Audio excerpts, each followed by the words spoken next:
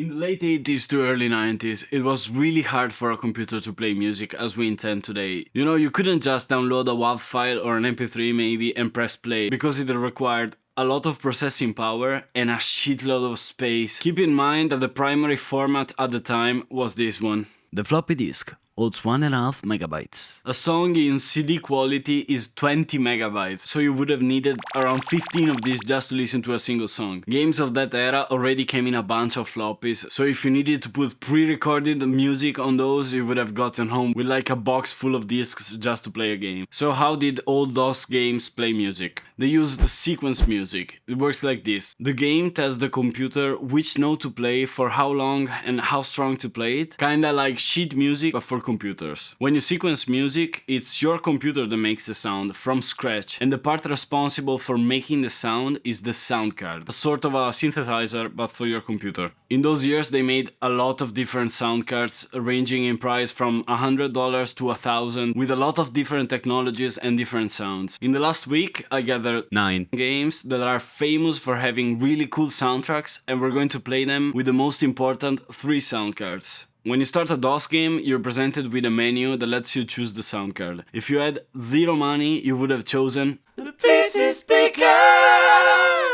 It's free since it uses the integrated sound capabilities of your computer. It can make very basic square wave sounds, and it's monophonic. It means that you can play one note at a time. It sounds very limiting, and it is, but even with those limitations, some composers from the era managed to do something great. You're going to listen to that. It's the ad-lib!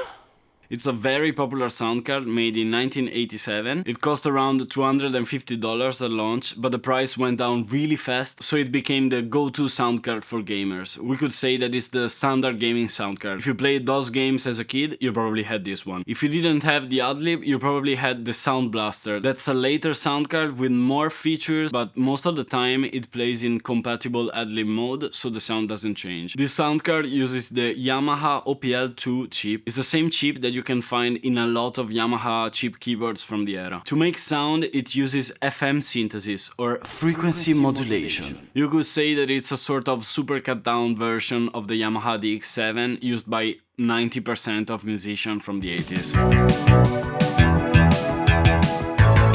The last option on this menu is something that most of the kids at the time didn't even know what it was, and with good reason. MT32!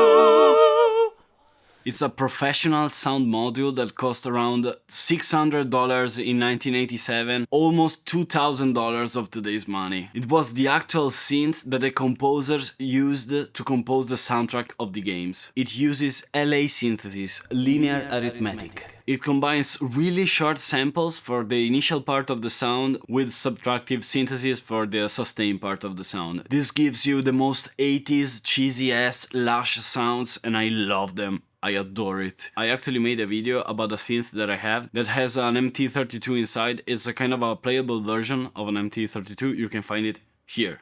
Just a quick disclaimer, an MT32 nowadays costs around 400 euros because it's really sought after by the gaming community. So we're going to emulate it using MANT. That's a very powerful synth that gives you a very accurate representation of the sound of an MT32. It's free, so you can download it too. I'll leave a link in the description. It's a really pain in the ass to set up, but I think you can manage. Just an honorable mention, there were some computers that have really powerful sound chips integrated in them, like the Commodore Amiga that had the Pola chip inside. It could play real samples and was used by a lot of electronic musicians to compose some sick electronic music. The last time I forgot to mention it, and the Amiga fanbase wanted to kill me, I swear. So let's get ready to hear some of the best 90s games soundtrack as you never heard them before. So here we are, I'm super excited to finally hear all of these amazing soundtracks. It took almost a week to record all of these, to set up the emulator, to set up all the different sound cards. I really tried to record the audio in the best quality possible in pristine uncompressed WAV format. I'm going to put a link in the description if you want to download the full files. I specifically recorded all of these just looking at the meters to not spoil the audio, so I can hear this for the first time as you do, aside from Monkey Island that I already know. To emulate emulate the games, I'm using DOSBox, it's the most common DOS computer emulator. So let's start with King's Quest IV. Released in 1988 by Sierra Online. It was the first game ever to feature MT32 and also to feature a full soundtrack for the whole game. This developer in particular went crazy with this Roland sound card and kept using it for years after this game. To compose the music, they called William Goldstein, an actual Hollywood composer. In fact, they marketed the game as having a Hollywood-style soundtrack, which was a really new concept in 1988. If you want to check out all these soundtracks without me talking and probably dancing my ass off, I'm also going to upload a version of the video with just the soundtrack without me. Also, keep in mind that I'm blasting this shit with the best headphones ever made at an ungodly volume. I can't wait to lose all of my hearing capabilities to monophonic square waves at 100 decibel. So let's hear the game with the different sound cards. Let's go. So fucking excited!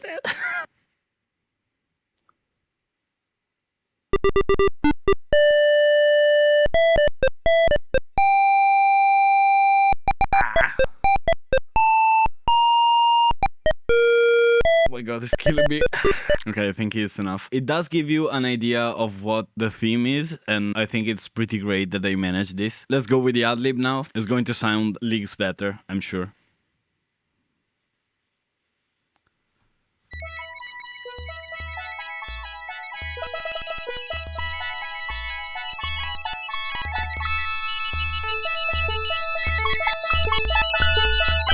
Should just lower the volume.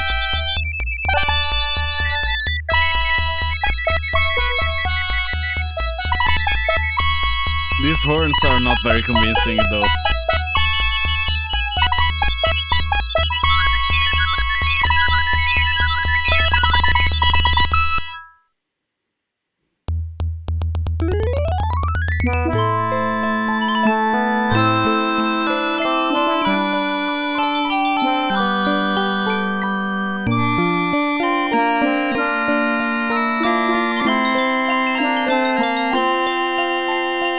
That's cool, perfectly acceptable. Okay, now time for the MT32 version. I almost forgot the MT32 as a really cute screen in the front that shows a lot of useful information that we are absolutely not interested in, but also really not useful information that we are interested in, like funny text, the title of the game and things like this. Also, the name of custom patches. Sometimes they're fun. Let's go! Sierra presents King's Quest IV.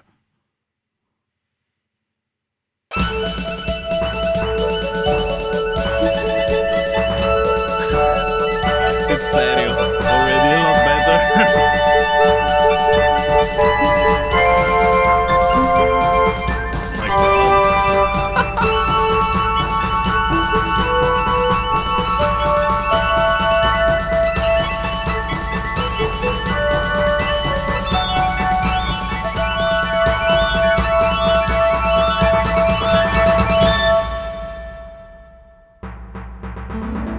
The percussions.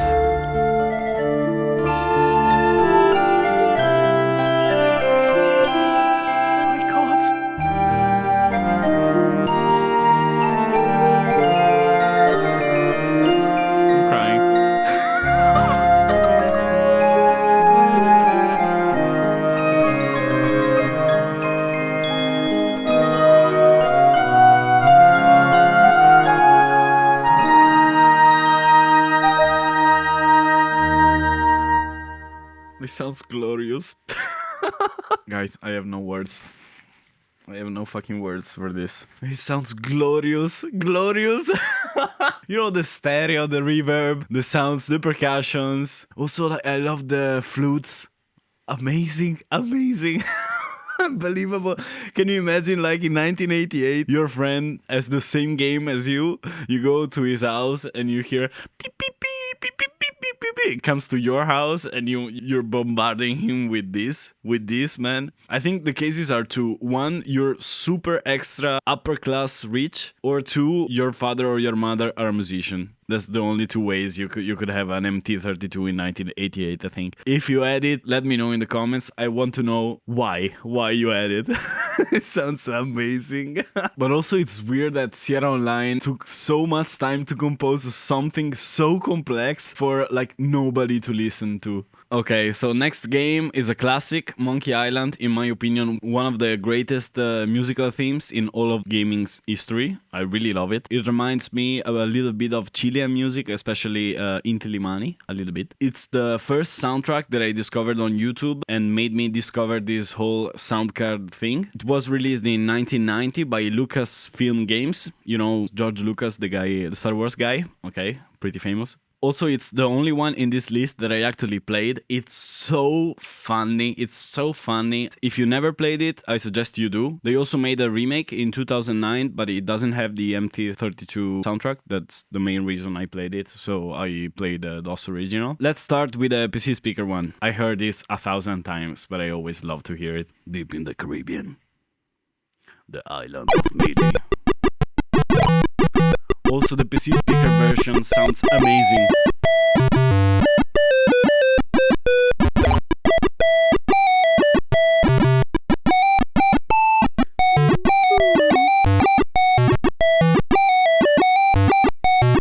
It's really incredible how they managed to fake a polyphony oscillating between high and low notes. It's really incredible what they managed. Let's go with the adlib. Both in the adlib and the MT32 version, there's a intro sound.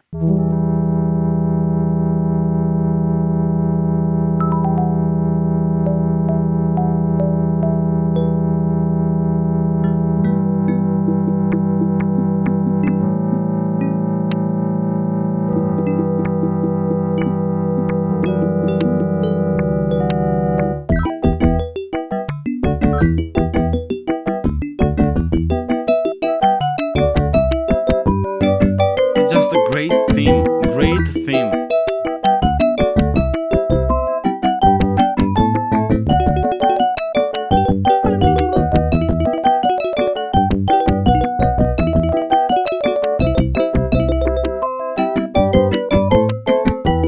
Also, it's a weird time signature. What is it? Like 6/4? Tell me in the comments if you know. Let's go with the MT32, a classic.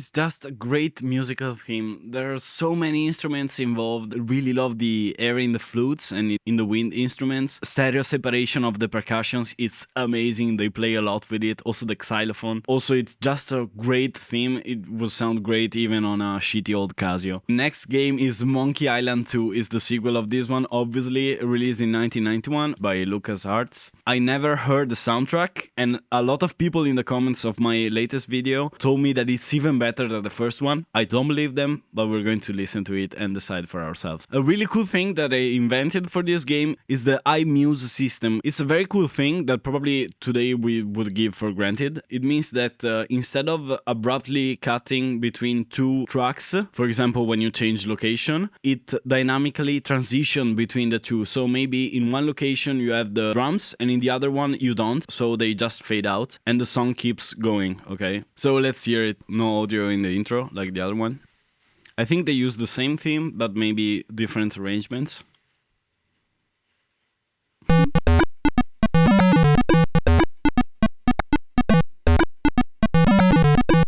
It is the same thing.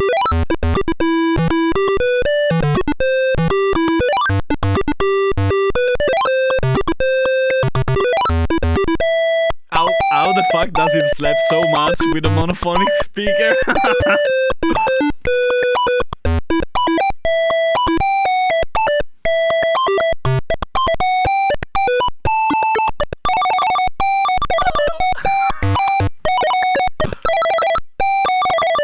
Oh my god, I hope that PC speaker was at least 18 years old. Okay, let's go with the ad-lib version. After all these years, I finally hear it. That's a great synth sound. Oh yeah.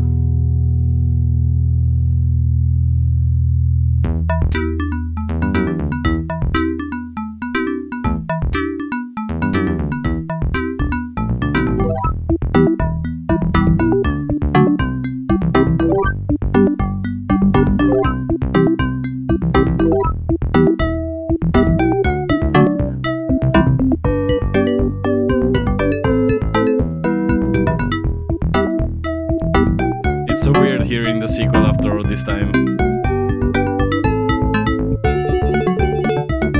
It sounds great. I really love how they took the theme of the first game and they remixed it with a different tempo, with a different genre. Great, great, sounds great. Let's go with the MT32. I never heard this. I'm setting my volume to 1000%.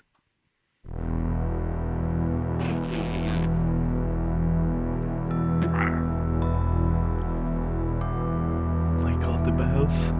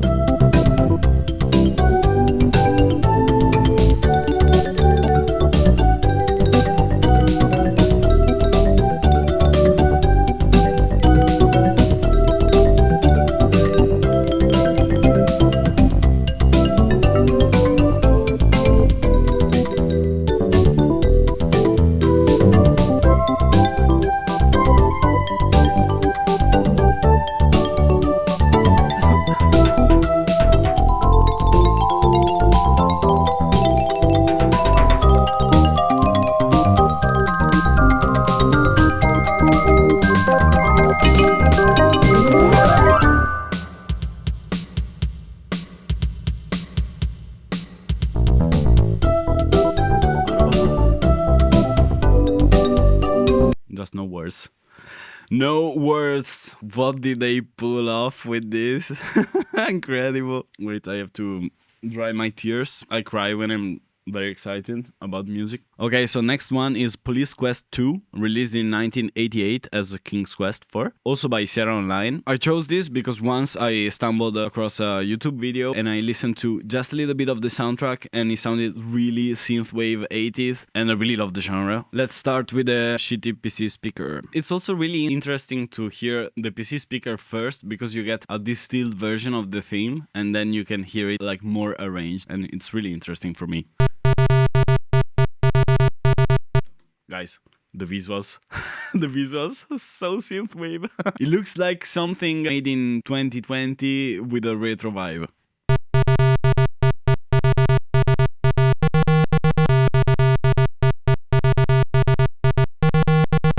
Jingles.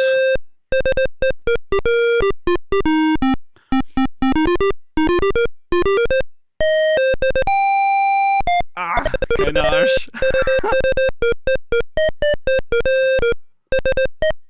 Love the visuals, love it. Sounds like a great theme, but really hard to pull off on a monophonic speaker. Let's hear the ad-lib version. I'm sure it's going to be 1,000 times better. Oh my god, this kick is so deep.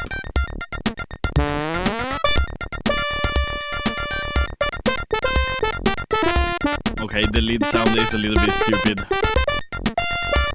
I really like the drums.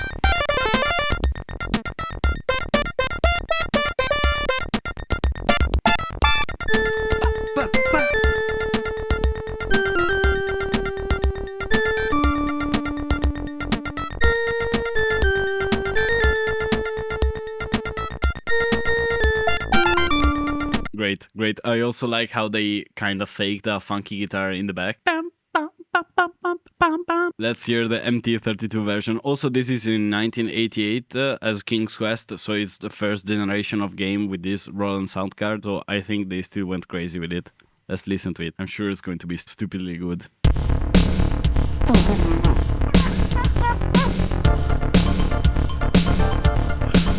So wide!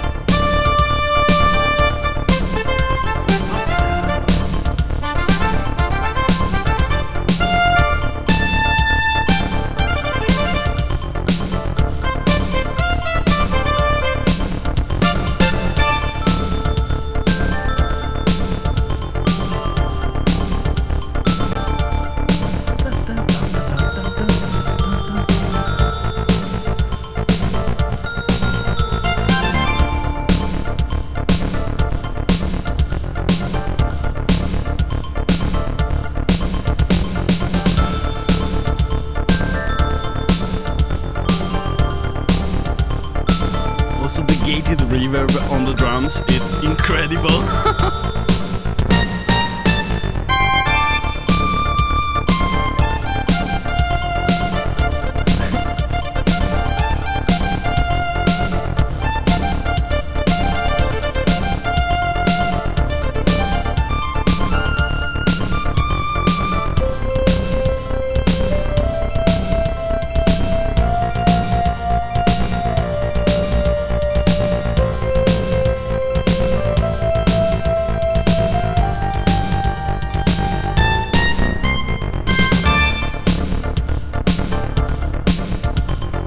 Guys, it sounds so good. Like, I was kinda almost scared when we played the first time because it's so wide. Like, they put the instrument 1 kilometers apart from each other. I don't know if you're listening to this on your stupid speaker on your phone. Please don't put on headphones and listen to these glorious soundtracks because they sound amazing. Amazing.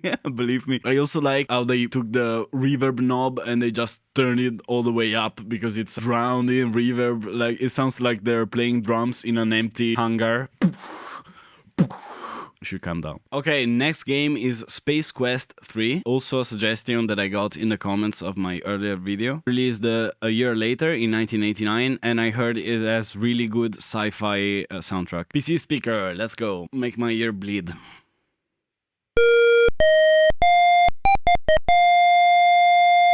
Classic Sierra intro.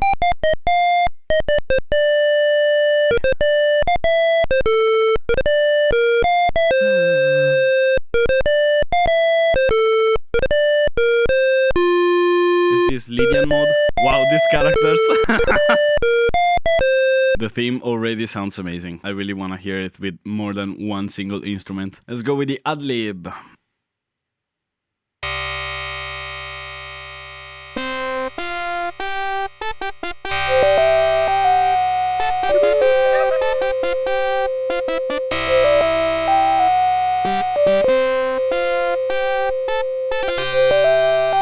That's a weird instrument choice. I want a tattoo with this title screen.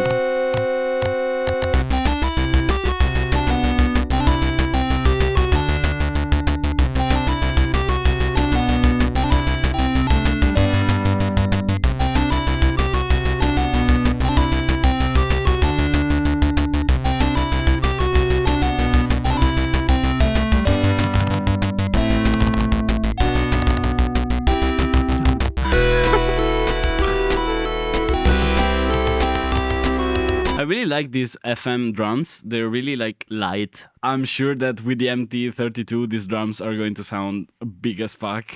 Let's go. Insert Backazoid. It's like insert coin, I guess. Space Quest 3. Synth warm bell. Left channel, right channel.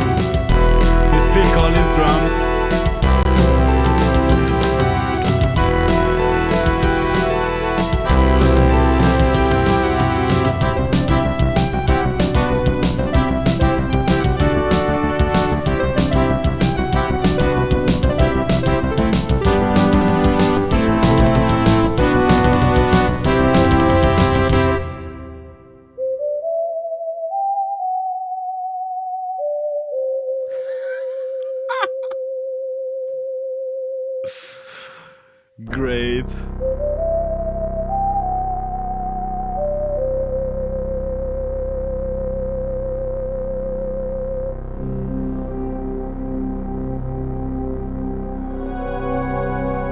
I know this sound.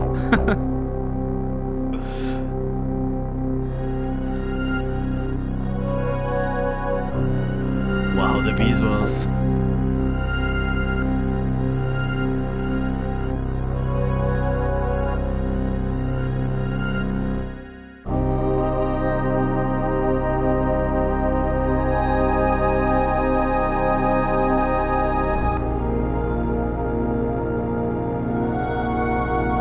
Guys, they go so hard with this. But why? Just for kids' games? It's unbelievable how much they cared. Next one is a weird ass one. I don't know what to think of it. It's called Leisure Suit Larry 3. A lot of people told me to try this. It's kind of an adult game, like sexy theme. I don't understand what it is. I never played it, but I heard that the creator is called Al Low. He's a jazz musician. That's probably why it sounds so good. Let's hear it. PC speaker. Cierra intro.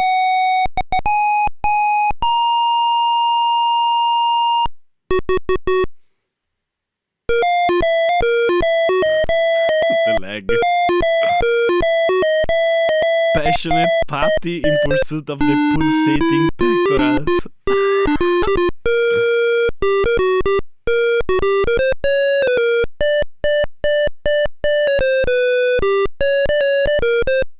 It already sounds very funky and very jazzy. Ad-lib version now.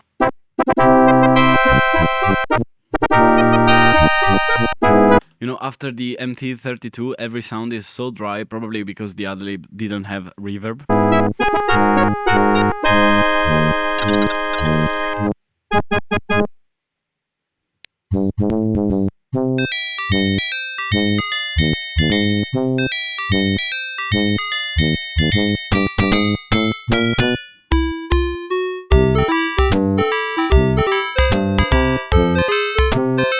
Really like the kick of the ad-lib.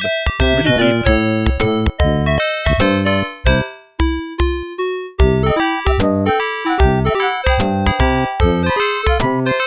This is a weird game, man. This is a weird game. MT32 now. Let's go.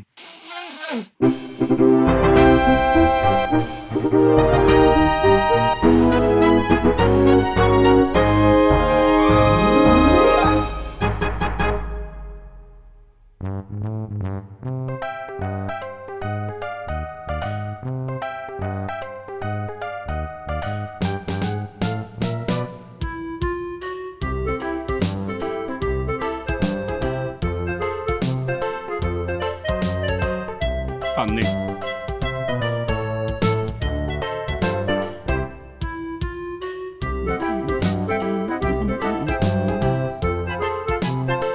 Okay.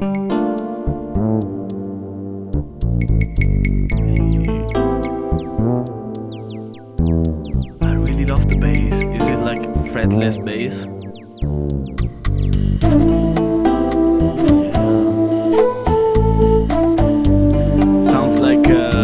Pastorius, the bass. The main theme was good, but the song after was incredible. Now we got The Adventures of Willy Beamish, released in 1991 by Dynamix. Oh my god.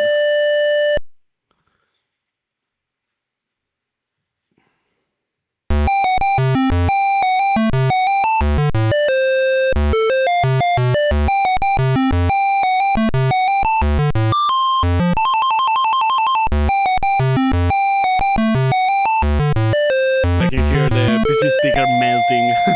Ad-lib, let's go. A lot better the intro already.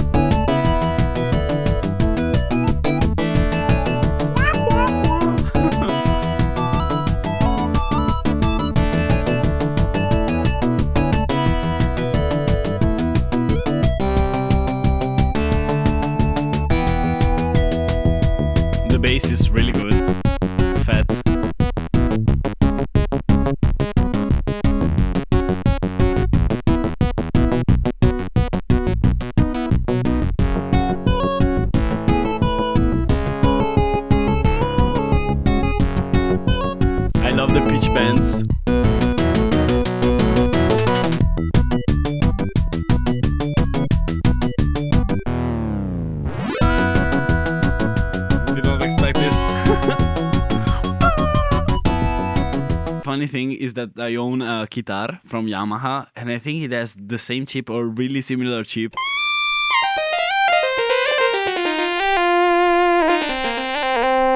It's similar, not the same. Let's go with the MT32. Belfat, the name of the sound.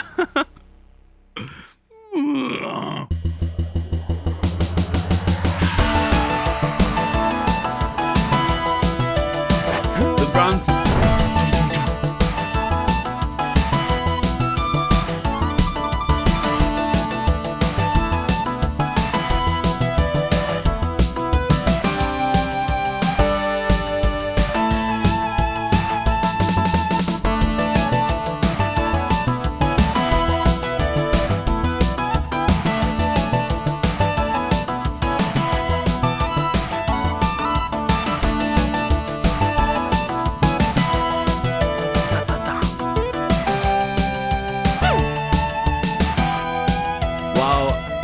The sound effects appear on the screen. The name of the sound effects.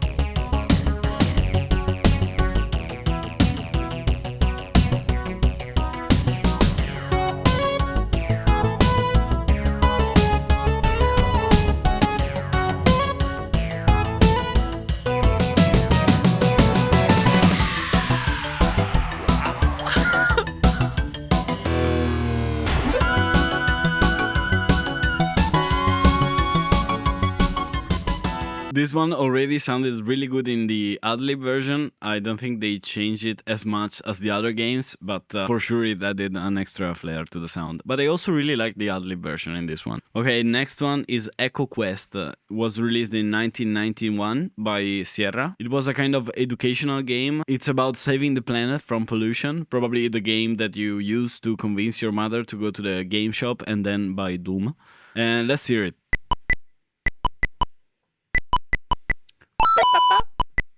Ah, that hurt.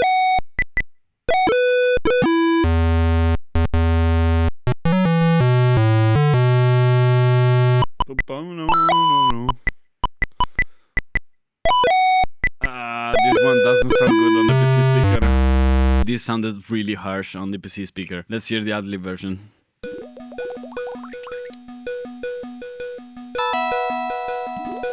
Oh, it's a weird one.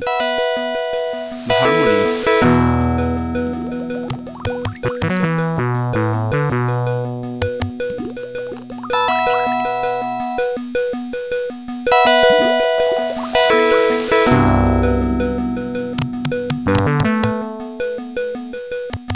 Really interesting harmonies.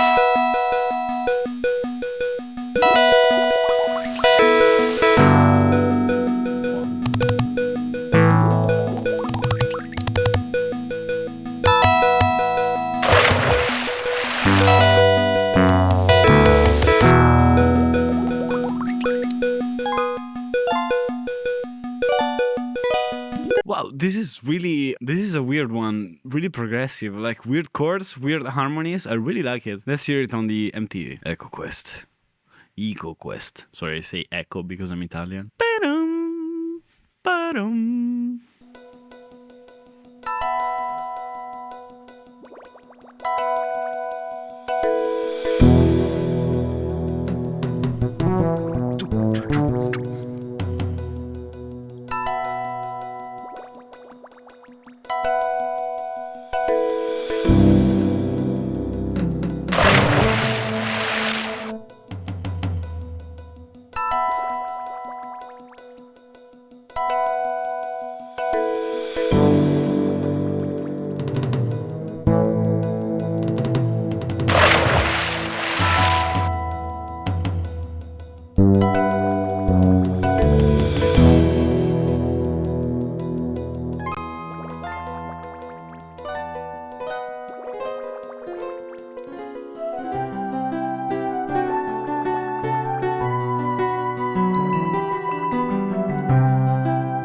Lot of custom patches.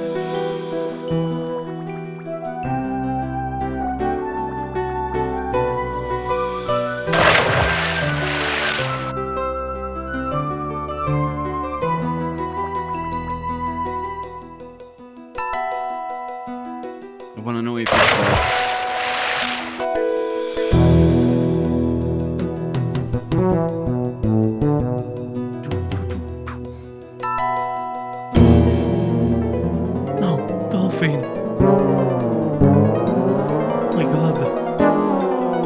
So tragic. Okay, so it doesn't drop, it stays ambient. I really liked it. Very tragic, very intense. It really made me want to save that dolphin. I saved the best for last. It's Indiana Jones. It's Indiana Jones, Fates of Atlantis. I'm really eager, to hear the Indiana Jones theme played by a monophonic speaker directly in my brain.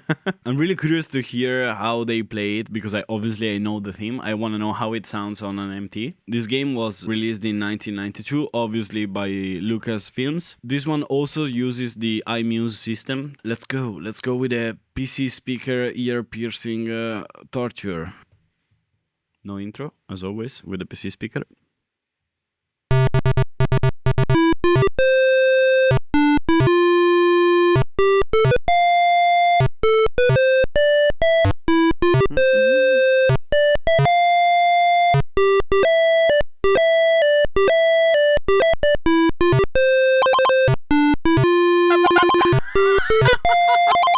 Adlib version. Oh my god, so rough.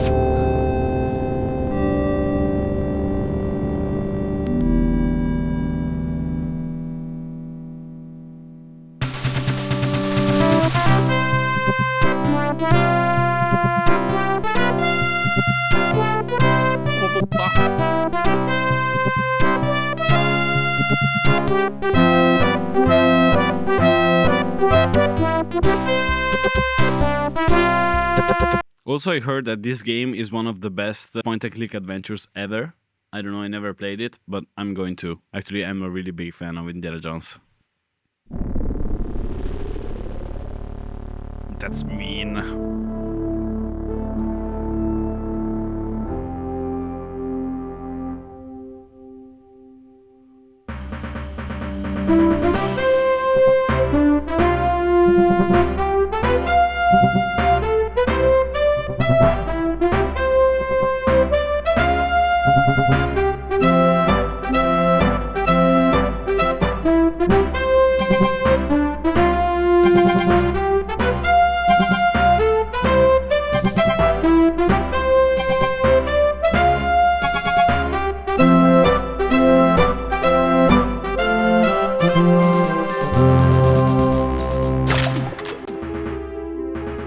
What a jump scare. It sounds amazing, but I expected more, maybe. But I mean, it's the Indiana Jones theme, and also it imitates real instruments, so I think you can do to a point on an MT-32. So back on the other set. Yeah, I just learned how to teleport, like it's weird, but it changes my hair, did you notice? But the age of soundcards was coming to an end. At the hand of who, you might ask? The compact disc. Remember that the floppy disk could hold just 1.5 megabytes? The CD can hold 700 megabytes. Suddenly, you didn't need to sequence music anymore, you could just record an entire orchestra and put it inside a cheap plastic disc. And just like that, it all ended. But somehow, deep in my heart, I still think the MT-32 was peak. I wanna thank all my Patreons, all 2 of them. Thank you, you're my heroes. If you wanna join them, the link is around here. And see you in the next video. Thank you, bye. Synthesizer, synthesizer, synthesizer, synthesizer, synthesizer. A synthesizer, synthesizer, very easy. Synthesizer, synthesizer, synthesizer, synthesizer, synthesizer, synthesizer, synthesizer, synthesizer, synthesizer.